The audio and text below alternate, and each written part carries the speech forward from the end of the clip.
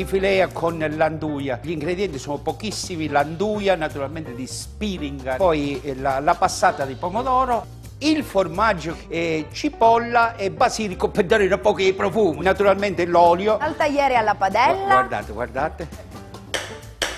Cioè il Con le cotto. mani sbucci le cipolle. Me le sento addosso Sulla pelle. sulla pelle. Io vado a versare subito la salsa passata. di Sì. pomodoro. Guardate la tecnica di sminuzzamento Vediamo. del basile. La nostra anduia o nduja. Com'è che si Nduja. chiama?